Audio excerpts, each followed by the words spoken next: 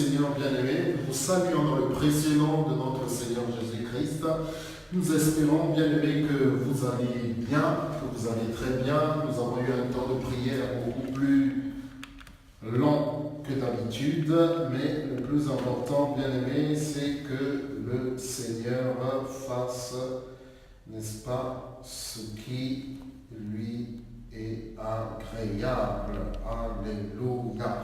Voilà, donc nous allons passer juste quelques minutes, bien-aimés, quelques minutes pour rappeler un petit peu ce dont nous parlons déjà depuis quelques semaines. Une question de saison, point d'interrogation. Et ces messages bien-aimés, ces paroles bien-aimées sont basées, n'est-ce pas, sur la parabole du semeur, qui se trouve dans le livre de Matthieu, chapitre 13, versets 1 à 23. Donc, pardon, excusez-moi. Voilà un petit peu bien aimé. Bien entendu, le Seigneur en parle aussi dans les évangiles. Pardon. Excusez-moi. Dans d'autres évangiles aussi, le Seigneur en parle. Excusez-moi, j'ai un petit bouquet. Le Seigneur en parle aussi dans d'autres évangiles. Et notamment dans le livre de Marc et dans le livre de Luc. Dans le livre de Marc, dans le livre de Luc, pardon. Le Seigneur parle aussi de la parabole du semeur. Bref, alors, dans cette parabole du semeur bien-aimé, le Seigneur est en train de décrire quelque chose. Dans cette parabole du semeur, le Seigneur est en train de parler d'un homme qui est en train de semer.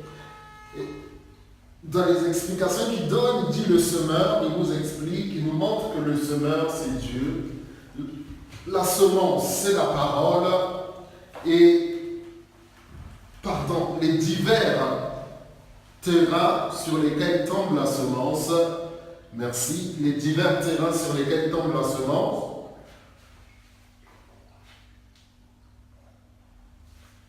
Excusez-moi, les divers terrains sur lesquels tombe la semence, n'est-ce pas, c'est donc le cœur de l'homme. Merci, c'est le cœur de l'homme.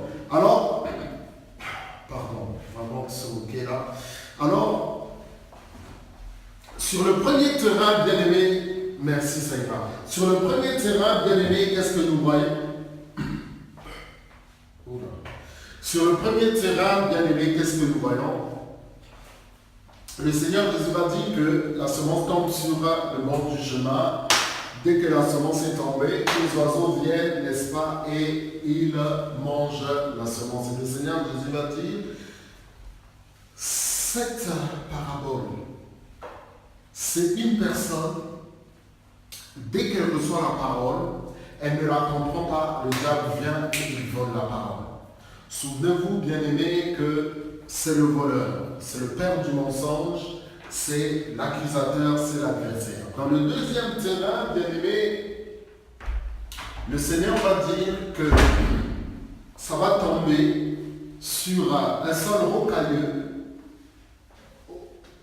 La plante va lever, mais les racines ne vont pas être profondes. La plante va lever, mais les racines ne vont pas être profondes. Et comme les racines ne vont pas être profondes, le soleil va se lever bien haut et brûler, consumer, n'est-ce pas, c'est cette semence. Le Seigneur Jésus va dire ceci. Cette partie de la parabole, concerne une personne qui reçoit, dès qu'elle entend l'évangile, reçoit aussitôt l'évangile avec joie, Mais lorsqu'il y a la persécution, lorsqu'il y a des difficultés qui sont consécutives à l'évangile, pas des difficultés, bien aimées, pas une persécution gratuite, mais une persécution et des difficultés qui sont dues à l'évangile, cette personne abandonne tout. Dans la troisième partie de la parole, ce que nous allons commencer prochainement, le Seigneur dit, lorsque le semeur sème, la semence tombe, n'est-ce pas, au milieu des ronces, au milieu des épines. Lorsque la semence va se lever avec les épines, elle ne pourra pas avancer, elle sera étouffée. Et le Seigneur Jésus va dire, bien-aimé, la chose suivante,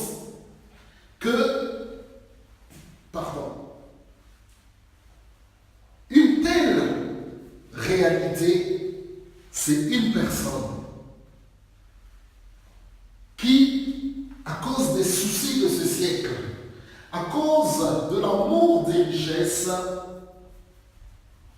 est étouffée. Est étouffée. Et dans le quatrième terrain, bien-aimé, nous allons relire ça. Dans le quatrième terrain, dans le quatrième terrain, qu'est-ce qui se passe? La semence tombe sur la bonne terre. Et là, bien-aimé, comme la semence tombe sur la bonne terre, alors elle produit, bien-aimé, des fruits pour 30, pour 60 et pour 100. Et là, bien-aimé, c'est là ce que le Seigneur veut, que la semence, tombe dans la bonne terre. Alors, nous avons eu jusque-là à parler déjà des deux premières parties, des deux premières semences. Donc, nous sommes là en train de faire un rappel, où, comme nous l'avons dit au départ, que le diable est là pour détruire, le diable est là pour voler. Et nous avons interpellé, nous nous sommes interpellés aussi nous-mêmes, bien-aimés, savons-nous seulement ce que nous venons faire?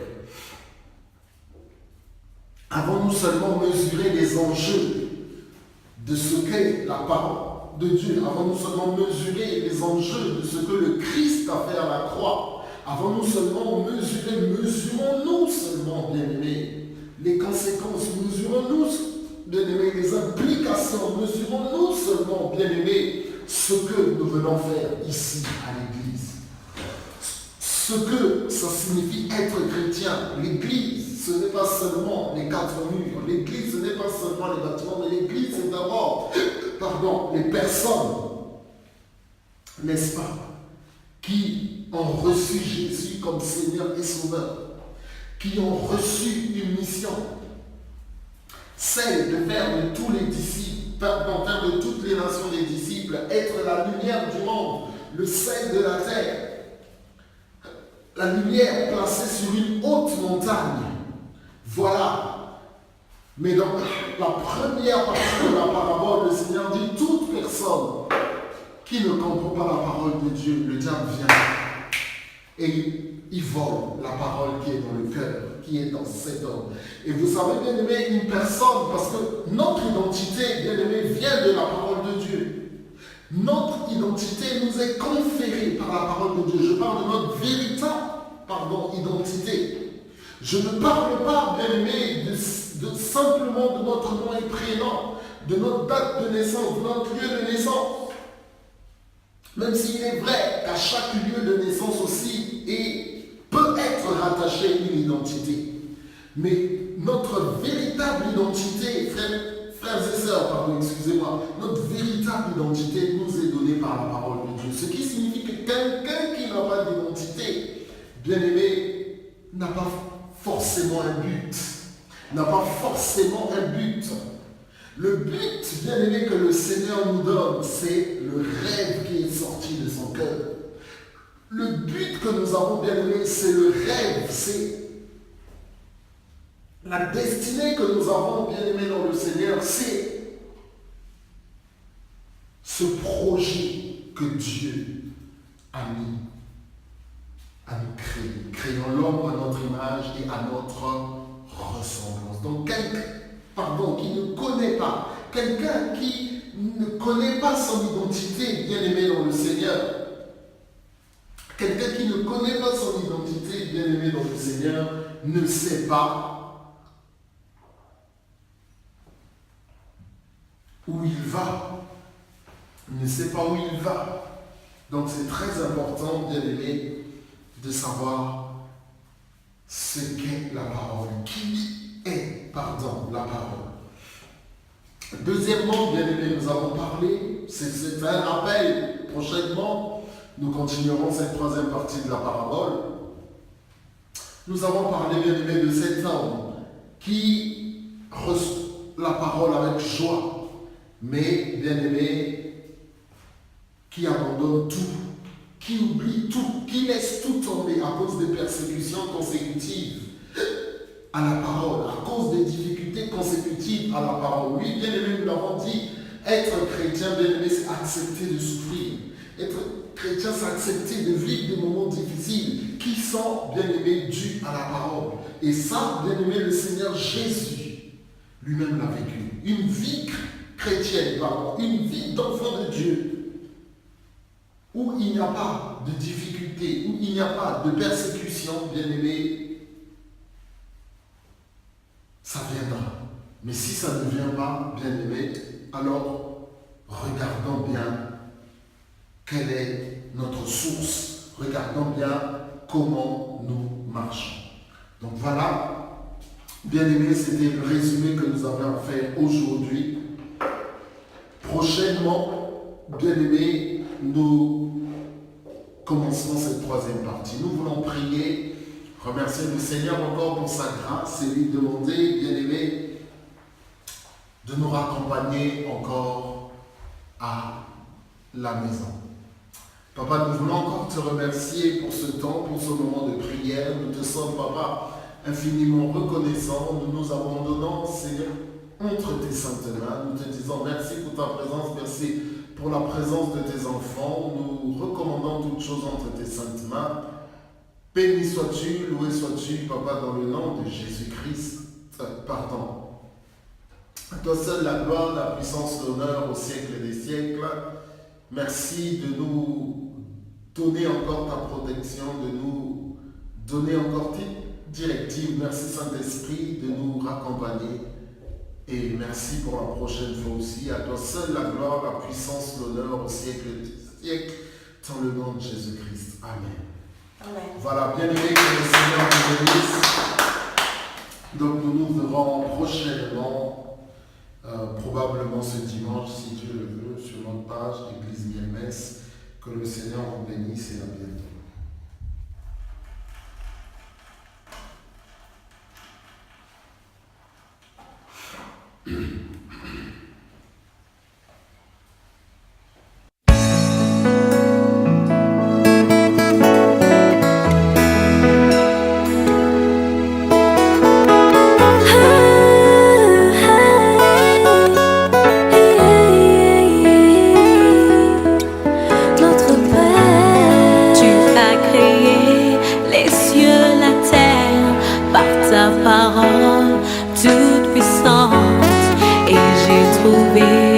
Grâce à tes yeux.